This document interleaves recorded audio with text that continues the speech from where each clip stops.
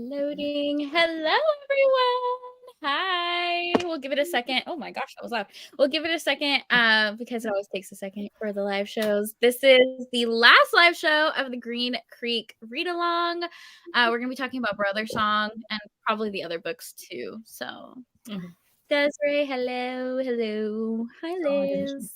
I didn't see these, but it's still in the private chat. Yeah. Okay. So, what did you guys think of Brothersong? Did you just finish, Jess?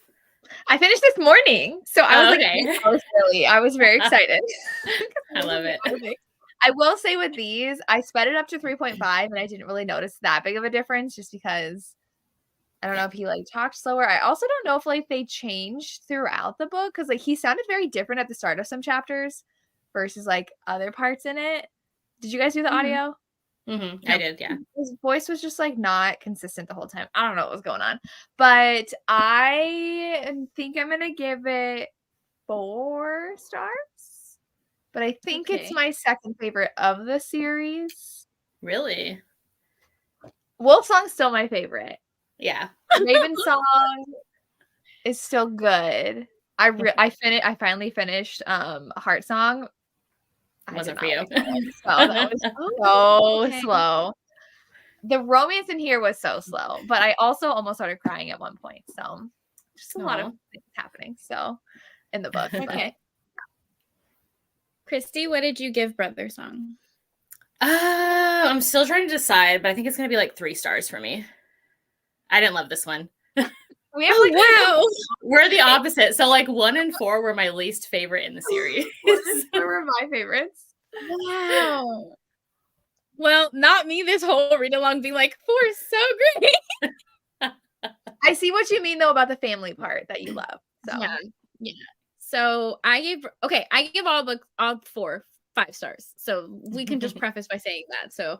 But Brothersong was absolutely my favorite, hands down. It wasn't even the romance. It was just the emotion between his brothers and his found family. I cried a bajillion times. That moment when he comes back and sees Carter again, I was a puddle, an absolute puddle of tears. They just kept on leaving each other, and I was getting so frustrated. I was just stop. Stop. But I will say, typically when I read a series, the last book is usually my favorite because I like things being wrapped up and everything finishing. So yeah, Ravensong and Brothersong were my favorite of the series. It was interesting seeing Ox grow up through them. Yeah. And become, because I just remember him as the kid from book 1, but he's alpha. And I feel he's way more alpha than Joe, as in he's really good at directing and leading.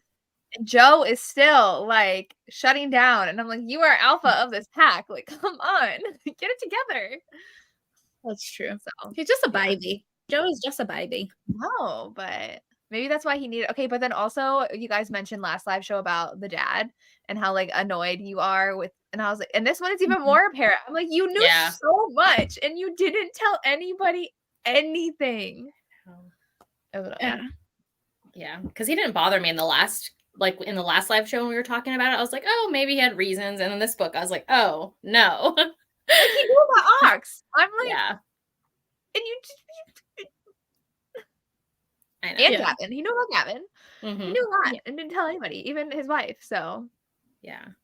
It makes me feel bad for his wife because I'm was he invested? What's happening? Brothersong. Okay, yeah. I was getting annoyed. I need this reread. The reread is when I was oh, he's not as great as all the sons think he was. Right, yeah. But I think they realized that too. They were dang, he didn't really prepare us for anything. So yeah. No forgiveness for Thomas. Pure rage. Oh man.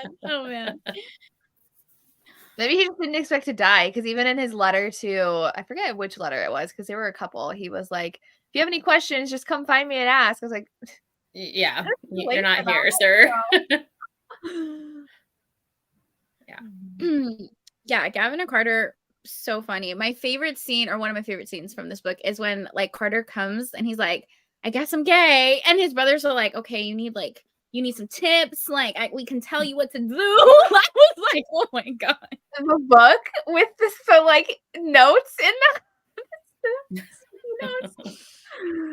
That was so funny.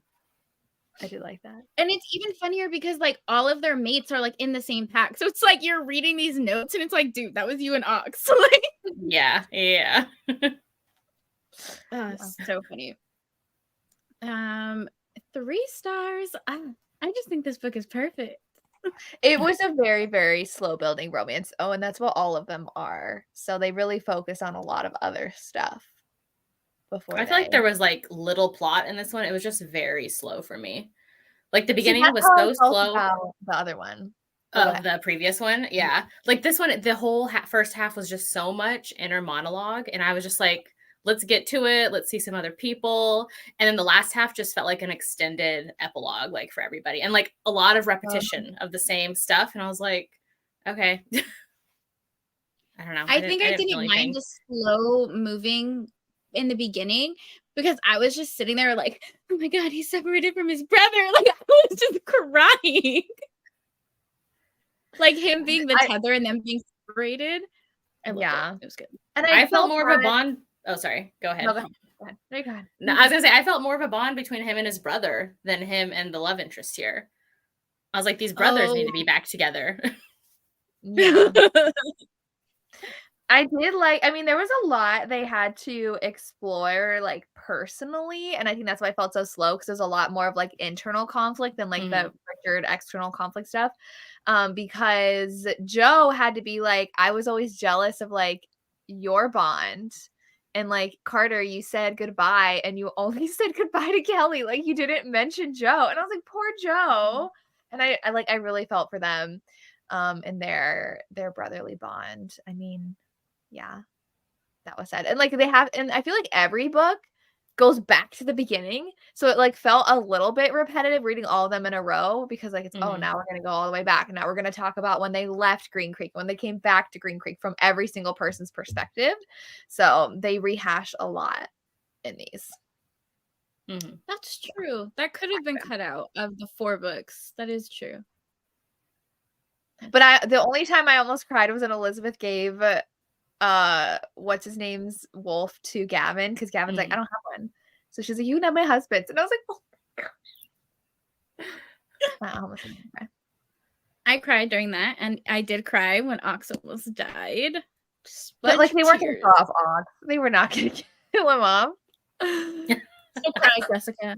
Okay, there was no rational thinking in my brain. Tears were real. Okay. Could you imagine the series ending though with Ox dying? That would be bold. Some authors go there. Like I don't know. It could happen. Yeah. I think I said this in the last live show. I was like, yeah, Dumbledore couldn't tell us where the Horcruxes are, and Thomas couldn't tell Joe how to be an alpha. Like it's true. This is true. Gavin I Carter. do feel like go ahead, sorry. With this, I mean, with that comment with their chemistry, this definitely, I don't know why. Maybe it's because they didn't have like an already established connection, like pretty much all the other ones did. Because all the other ones were like the first one was from childhood. The next 2 were both like technically second chance romances. So they didn't already have something established, and it just like felt like, oh, it's just their bond that's making them like each other. Like they didn't really have a lot of depth to their romance because so much was going on and they were just like supposed to be together kind of thing. I don't know how to explain it. Yeah. Compared to the romances. It was my favorite book. I'm on the same page as Amber though. And it was your least favorite. It was my favorite book, but not my favorite couple. My favorite couple is the second book. Yeah, you've for said sure. Wow. I think my least favorite would probably be Robbie and Kelly. Only because I was so damn confused that I couldn't even focus on them being together. Yeah. I agree, though, with that comment that Gavin turned out differently than they expected based on how he was portrayed as a wolf in the third book. Like, I thought his character was going to go differently as well. So I was surprised kind of how he was in this one. That's true. I mean, because he was very, like, timid. And I feel like with a, like, feral wolf that he was, he would have been more, like, aggressive, I guess. But I think it came off as more so like he was kind of traumatized a little bit by like what he went through. True. Yeah. But he was probably like it was probably like a trauma thing. Like I don't see him being very aggressive in person. Like he was only aggressive as a wolf because of what he went through. Yeah. Oh no, I just feel like a lot of this was like healing for them. And like that's why it kind of felt slow. I mean, even when they gave Gavin his own like mechanic shirt and we're like, you can join us too. And it was, oh my God, the funny part was when he wanted to wear like the pink sequin glittery outfit. So they got him a pink shirt with his name on it. I thought that was just like adorable. Yes. And like when all the town like came together and was like helping them and like protecting them and they felt so like loved. I was like, oh, so beautiful. Yeah. This was definitely like an emotional read that not necessarily had a lot of like external conflict plot to it. It was more like being there for each other, healing with one another, stuff like that. So, yeah. And what was the name of the auto shop before they change it in this one? Wasn't it named like after Gordo or something? I thought it was called Gordo's. Yeah, so why did they change it? I was like, why can't it just be Gordo's? Why does it have to all be Bennett stuff? Like, what are we doing?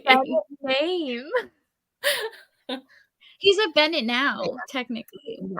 He was like so adamantly like not Bennett because of how they treated him, and now he's like, okay, I'm okay with the Bennetts now. So, yeah. And all the guys from the shop are my favorite, like Rico and stuff. When some of them were turning into werewolves, I was like, finally. But also Rico becoming a dad was so cute. Wasn't that him? Yeah, with what's her name? What was her name? Bambi or no? No. Bambi, yeah. Bambi. No, he's with the other. Is he with the other girl or with the Bambi? Bambi is the girl's girl. Yeah. Our names. Yeah. The girl's girl. Ox's ex-girlfriend. Jessie or no? Wasn't there somebody named Jessie or no? Jessie was the one that was the ex-girlfriend. Is the one with the baby? No. Or no? Bambi's with Rico. She like was a bartender. Jessie was the one that Ox dated. Okay, but she was with that other girl. I don't remember her name. And they like fell in love, and that was super cute. Yeah, I like that. Another werewolf. Yeah. So Bambi is the one with the baby. I think so. I think so. Okay. But it was really cool seeing all the humans like band together to like fight off the wolves initially, because of course Joe had left again. You're just like I will say like I wish it wasn't like they were like, who's weakening the wards? Like what witch is it? And it's some witch we like never heard of. They're like, oh, it's this like teenager that was like part of all the witches. It would have been nice if it was like set up a little bit more to be like, oh my gosh, I can't believe like it was this person that was like helping Richard. So that's true. Maybe someone that used to be like with the Bennetts, that would have been kind of cool. Yeah. Right. But yeah, I loved it when the humans were protecting them, and then also when some of the friends became werewolves. I mean, they didn't have a choice; they were gonna die. But like, I feel like they waited too damn long. You could have not convinced me to stay human. Book 1, I would have been like, Hermie, let's go. Let's get on this process. Why am I still human? Well, that's what I was wondering, if any of them were going to turn, just because of it hasn't happened like in the other books. Yeah. I would not have waited 3 books. It would have been book 1. I would have been like, let's go. Make this shift happen. I was wondering how this would play out if it was like a TV show or movie. Oh my God. A series? A TV series. Yeah. But I don't know, like, well, because it's interesting because Bridgerton's doing it like how the books are, where like each person is getting a season. But I don't know any other shows that do that. You know? And so I don't know if they would do that for this or kind of mix them all together. I could see them mixing them all because the timelines do kind of overlap. So yeah. It's less seasons than Bridgerton, just 4. Yeah.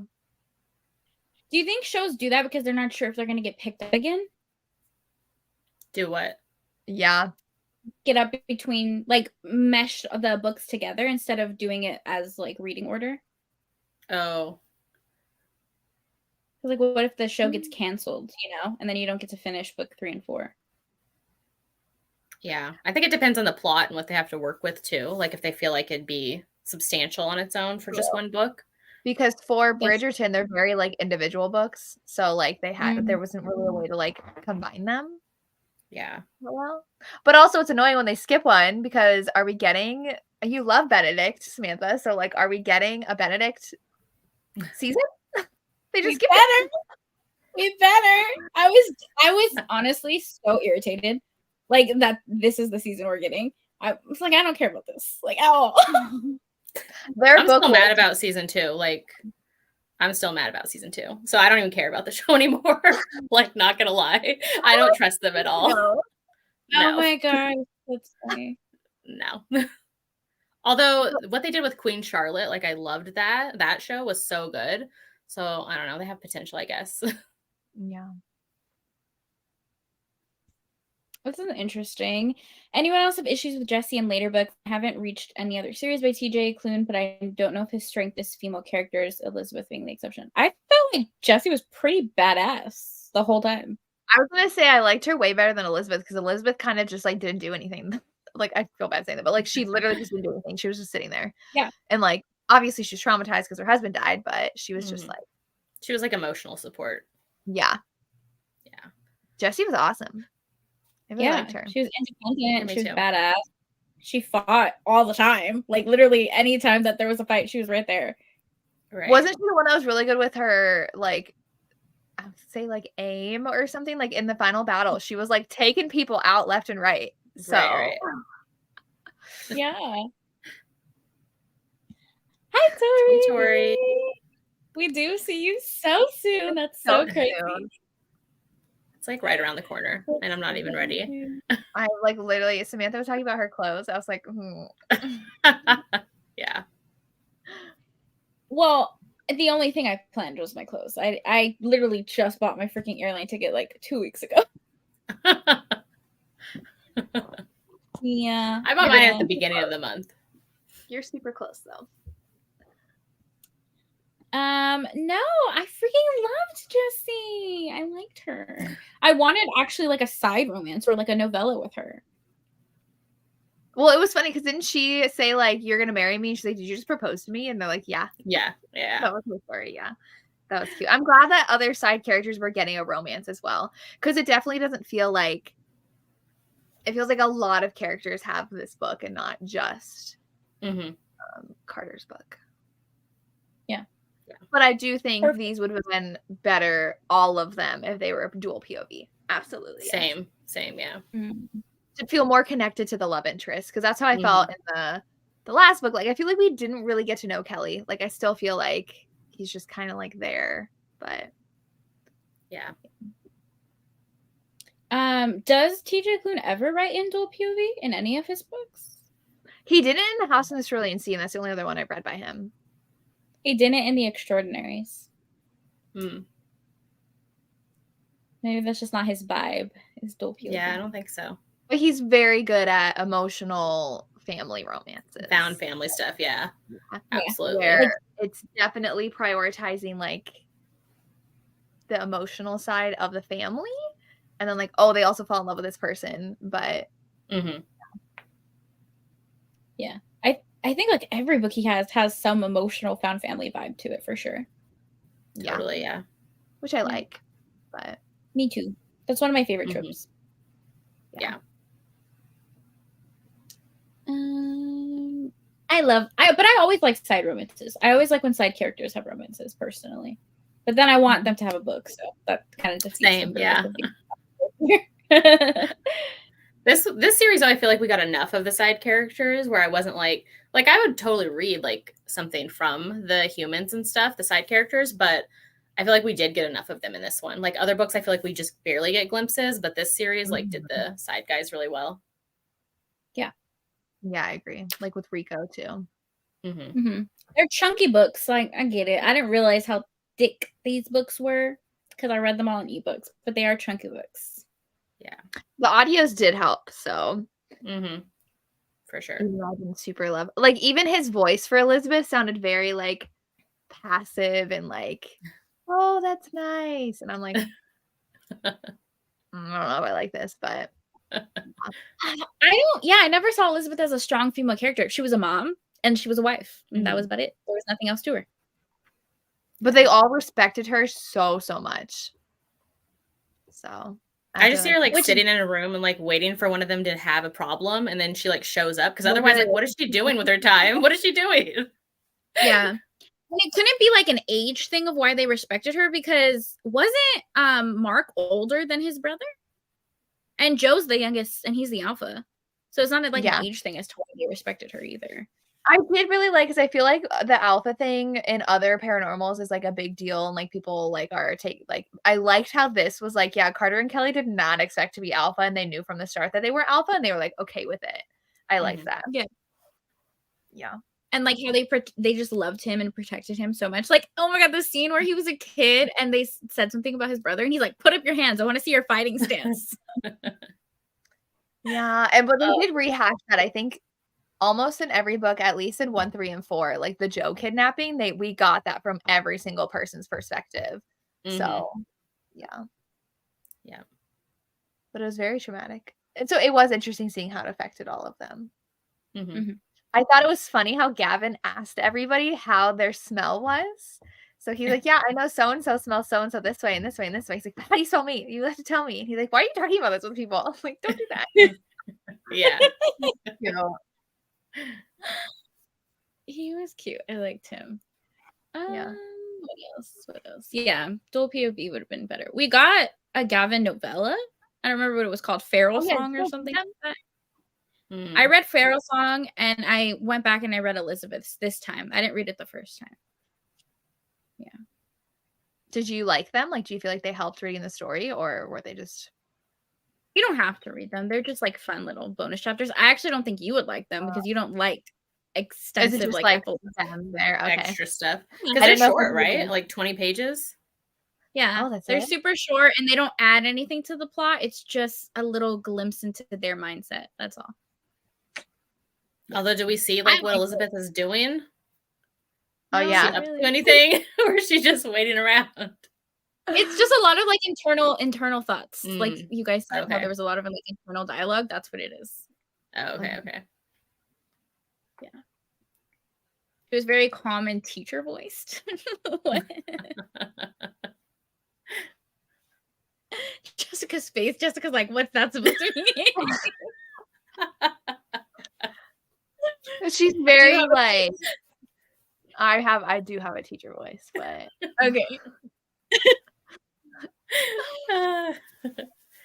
That's funny. I did really like it was just... Sorry, go ahead. What'd you say? No, mine was stupid. Go ahead. What was I gonna say? No, I forget. Let me think about it.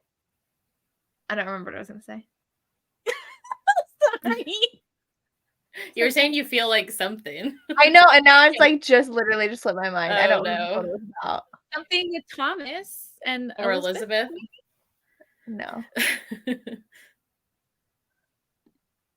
I'll think. You can continue on. Is that how she is portrayed in the audiobook, you guys? Yeah, she has a very like flighty kind of voice, like right. And I don't love it. Yeah, I could see that. Oh, I remember. Okay, so I really liked how when Carter came back, like his reaction to Ox, it was just so cool seeing Ox as an alpha, seeing him as such like a... I don't know how to describe him, like when he was a child and like his dad said he's never gonna amount to anything. People made fun of him. He didn't really have like a family. And then see him just like grow so much throughout the books. I absolutely loved, because Carter like fell to his knees for Ox and he was like, you're my alpha and I love you so much. So I just love Ox so much. I think that's why Wolfsong is my favorite, because Ox and Joe are just so cute. I love Ox too. Definitely one of my favorite characters. Yeah. And so much a better alpha than Joe or Thomas ever were. Oh, it's so annoying because even like at the end, they were like, Joe's shutting down again. I have to talk to him. I was like, stop freaking out. Like, come Right. on. Ox is very much a leader. Mm-hmm. Yeah. I love. Yeah. Ox developed dad voice. Totally. Yeah. He definitely reads older than, because when we met him, he was 16. How old do you think he was at the very end? Did they say? I don't think they ever 20? really say. Because I know he was like Like, 25, 26. Because wasn't Joe like 21 by the end of Wolfsong? And this Mhm. hasn't, Yeah. like, not a lot of time has passed since the end of Wolfsong. It's only been a few years, right? Yeah. So Maybe closer 20. to 30, but not over 30. Right. Yeah. Well, because Gordo, I always thought was still like early 30s, but I think Gordo was like 40 by the end of the series. So, Yeah. Mm-hmm. and he wasn't too much older than Ox. Like, not more than like 10 years. Mm-hmm. Yeah.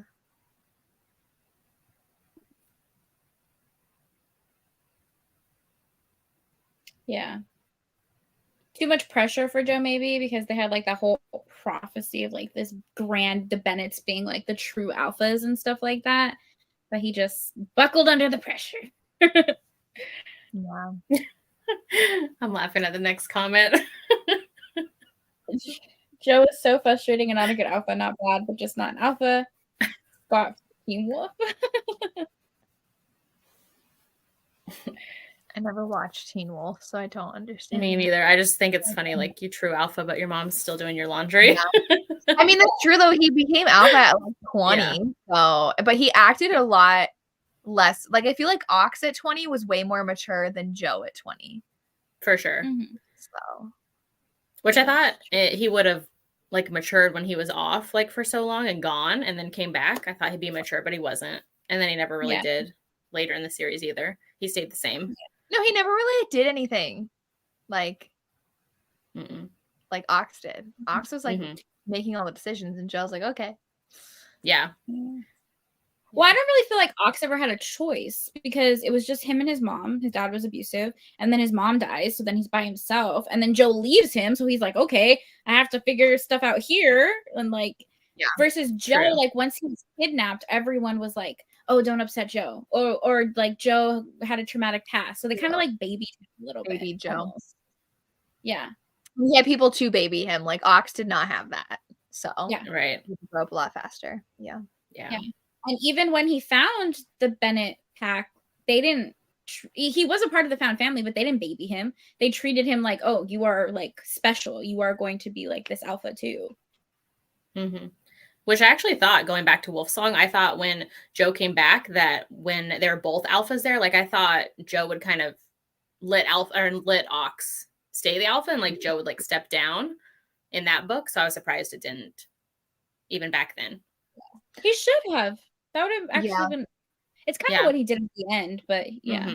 Well, I was gonna say at the end of this, they were like, the Bennetts just need to stop ruling the wolves. I was like, this is interesting. Okay.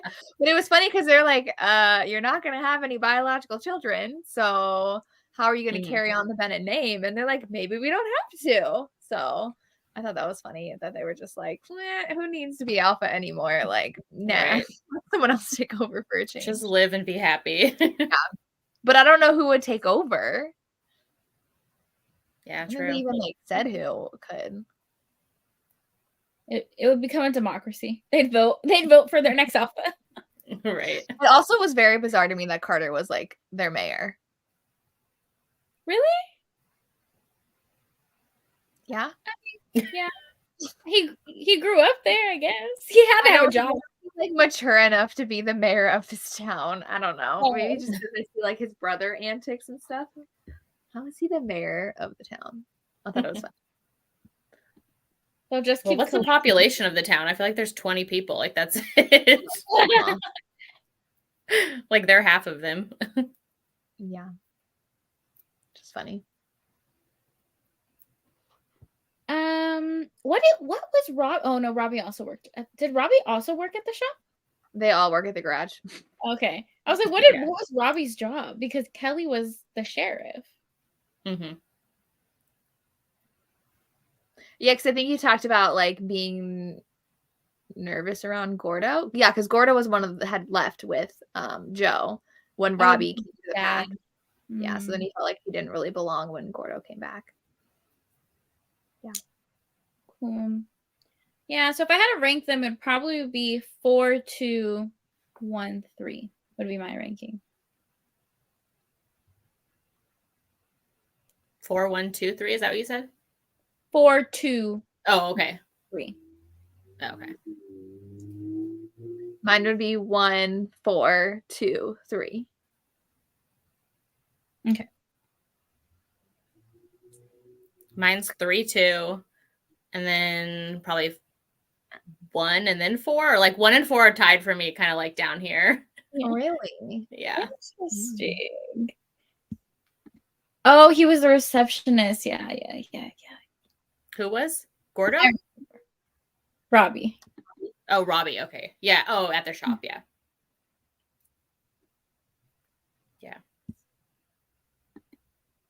Yeah, Read Heartsong, the audiobook. I didn't listen to the audiobook, but everyone liked the audiobook. Mm-hmm. It made it easier to get through, but because they are very long.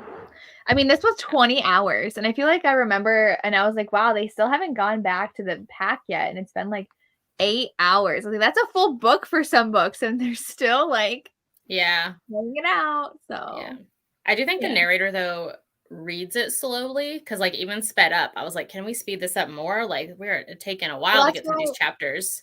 I turned it to 3, like almost 3.5. And then I started a new audiobook and I was like, oh my God, this is so fast. But it didn't feel fast for this audiobook. Yeah. So, but I think it really helped me when I sped it up even faster to pay attention.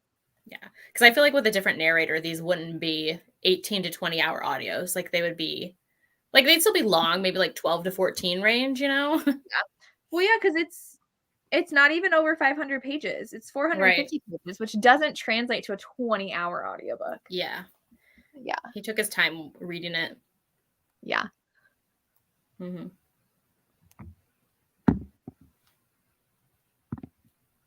But I also binge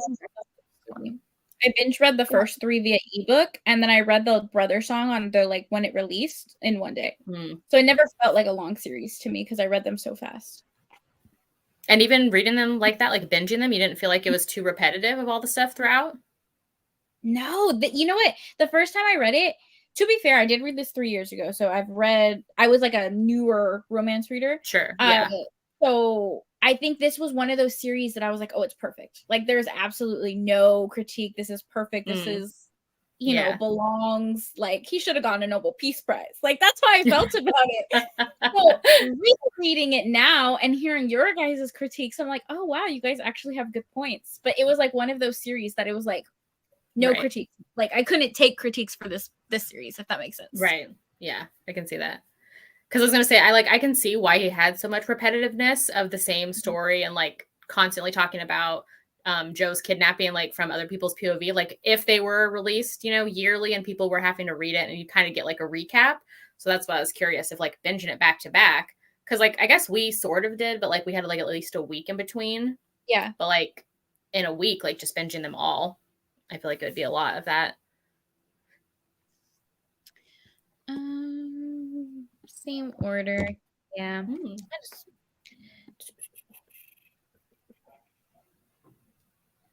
I think we answered all the questions.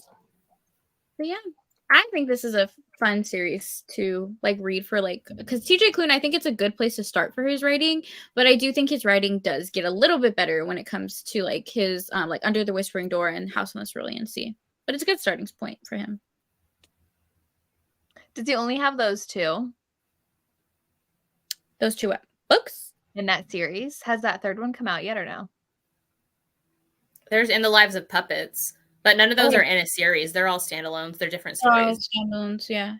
The new one is cover. I think it's just the art style. Yeah. But none of them connect. They're not in a series. I thought they were all in a series because the art style's all the same. No. But his new one doesn't connect to In the Lives of Puppets? Which The new one one? that's announced, he's writing a sequel to The House in the Cerulean Sea. Yeah. Oh, okay. Yeah, I was like, I his thought new- the other two connected. Okay. That's what I thought. I was like, I could have sworn the one he literally just dropped it and said bye. Oh yeah, was- the release info. Yeah, that is a direct sequel to House in the Yeah. Cerulean Sea. Yeah. I That keep is forgetting he funny announced though. that. Is like his marketing, like he's just like, here's my book, like it or don't. Like, See you Yeah. later. Yeah.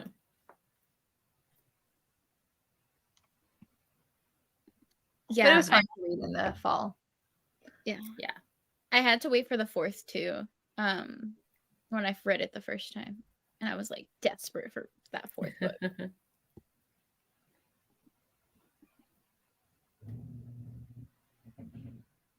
Yeah, I could see that too. Getting super invested in it.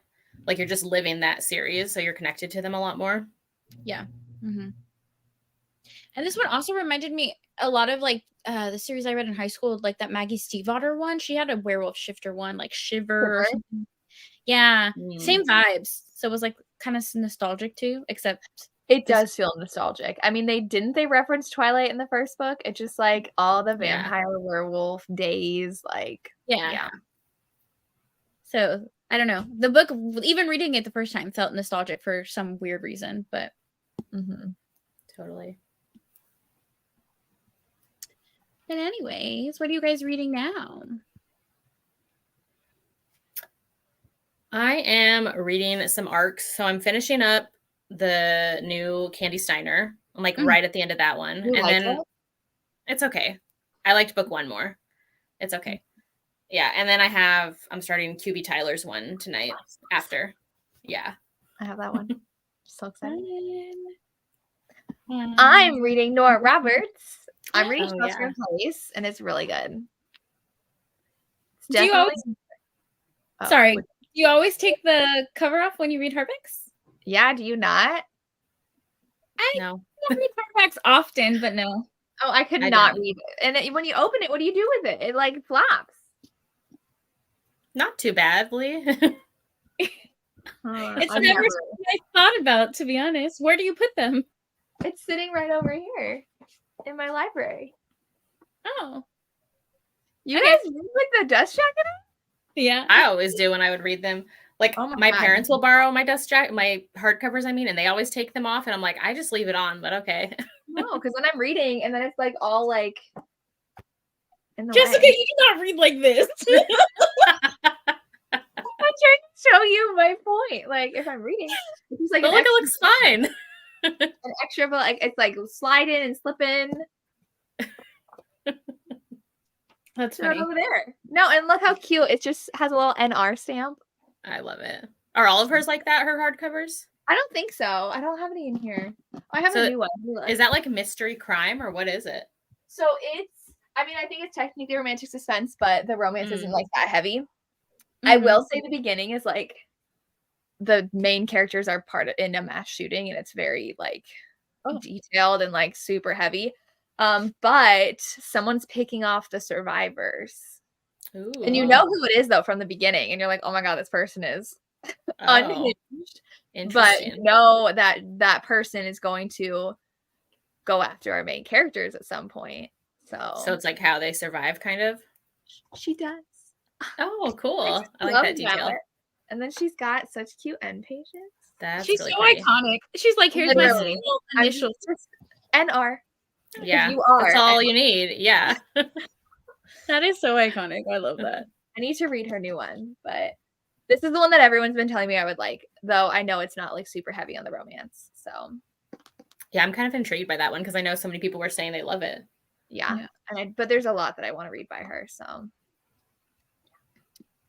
I need to catch up on the Immortals After Dark series. I read one single book in that series. I love that series. I think I've read 5 or 6. They're so good. Yeah, I need to catch up. Mel, I hope you enjoy Whiskey and Sin. That's my favorite Emily Rath book. Oh, I love that one. Such a good Omegaverse. Guess what I ordered from Amazon? An Omegaverse? No. Oh. What? Let me pull it up. I'm going to tell you the titles. I got First of all, they were buy one, get one 50% off yesterday and not today. And I'm so mad I didn't order them yesterday, but I still wanted them, so I ordered them. I got, why is it not showing me fully? Murder at the Christmas Cookie Bake Off. A Cup of Holiday Fear and Catch Me If You Candy. The last two are Ellie Alexander, so. Some cozy mysteries. Yeah. The Darcy Hannah book was our Christmas book pick for a cozy mystery like last year. My dad loved that series and he was so mad at me that we didn't continue the series. He's like, why didn't you pick like that book for Halloween? And I was like, Dad, we can't pick the same author like every book pick. Yeah. Cheryl had said she really liked it. I think it was Cheryl. Yeah. Yeah. So that's so exciting. I love cozy mysteries so much. I've been desperate for you to get into them. Okay, but like it was really Spencer's reel. I was like, this just looks so cozy at that like festival that she's at this weekend. That looked like a lot of fun. Is that like where that author, where Ellie Alexander lives, in like that bookshop? Okay. Oh, she doesn't live there. It's where the Bake Shop mystery series takes place in Ashland, Oregon. Oh, okay. Ooh, I know that like that bookshop had all of her books, like a big display of them. So her cozy mystery series actually take place in a real like settings. Though her brewery one and then her bake shop one take place in like real towns. So the Bake Shop mystery series is in Ashland, Oregon, in like this very known like very kitschy Shakespeare small town setting, and that's where the book signing was, which was fun. I was so jealous.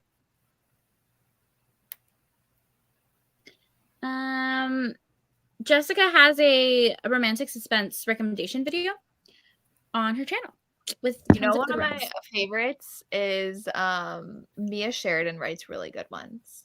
So I'm forgetting what it's called. Blame something. Oh, something about the lie or the... Yeah, there's like lie and blame in the title. Yeah. Becoming Calder also became traditionally published. That one's a cult romantic suspense. So I like those ones. Yeah. I liked the In Death series. I'm like on book 3 or 4 by J.D. Roberts. So I like the In Death series personally. Those are interesting, but there's also like a million of them. Yeah, that's true. But cozy mysteries, there's like 20 books in a series. Yes. Okay. I'm like, the Catch Me If You Candy one is like book 20 or something. Oh, do they connect though, or are they different stories? They connect. They follow the same like amateur sleuth and some side characters. You'll get more side characters as the book progresses, but they can be read as standalones because the whole point is the mystery in that book. Yeah. So Right Move and by Liz Tomford. A lot of people are reading her new release. She's like doing fantastic. I liked Right Move better than Mile High as well. I am not reading anything new release at all. I just give up. I was like, oh, so many releases in October. I'm not going to read a single one. Yeah. What are you reading right now, did you say? The most random thing ever. I forget the author's name. I'm reading a dinosaur shifter book. By which author? I forgot his name. I think it's like Mads Meadows or something like that. Let me look. Not that Lola Fost or whatever? No, it's the Relic series by Mads Meadows, and they're dinosaur shifters. The first book, he is like trying to prevent a really like expensive artifact from being sold on the black market, and he ends up meeting a paleontologist, and they fall in love. It's a whole like male romance. I've read the first 3 and I gave them 5 stars. Oh wow. I'm having a great time. They're novellas, and I'm listening to the audiobooks. What else? I did start the Kimberly Lemming. Oh yeah. The demon. Uh-huh. Yeah. What are you thinking of it so far? Or that's your guys'... It's our book club pick for my room. It's like contemporary talk in a kind of like paranormal fantasy setting. It's just like it's a new setting for me, and I'm like, okay, we'll see what it is. Yeah.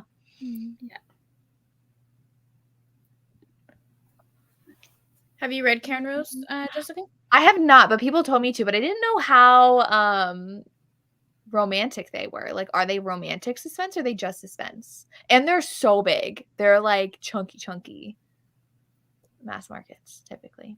Mm-hmm. I see her books a lot at like used bookstores. Mm-hmm. Yeah. Do it, Mel. The audiobooks are on Hoopla and they're like 5 hours. They're great, honestly.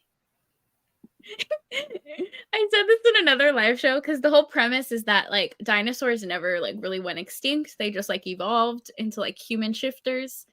And I was telling Desiree, I was like, yeah, that's factually true. Like I am totally on board with this.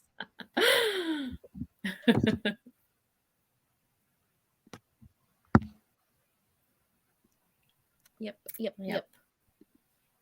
Well, as always, we've deviated from the point of the live show. I mean, that happens every time. But anyways, thank you everyone for joining us for rereading the Green Creek series. I had a fun time rereading it, and I think that's it. Anything else you guys want to add? Another series finish for me. Look at yes. Yes. Well, yeah, that's it. If any of you guys are going to Vegas signing, all 3 of us are going. So we hope to see you guys there. Come say hi. All right. Bye. Bye.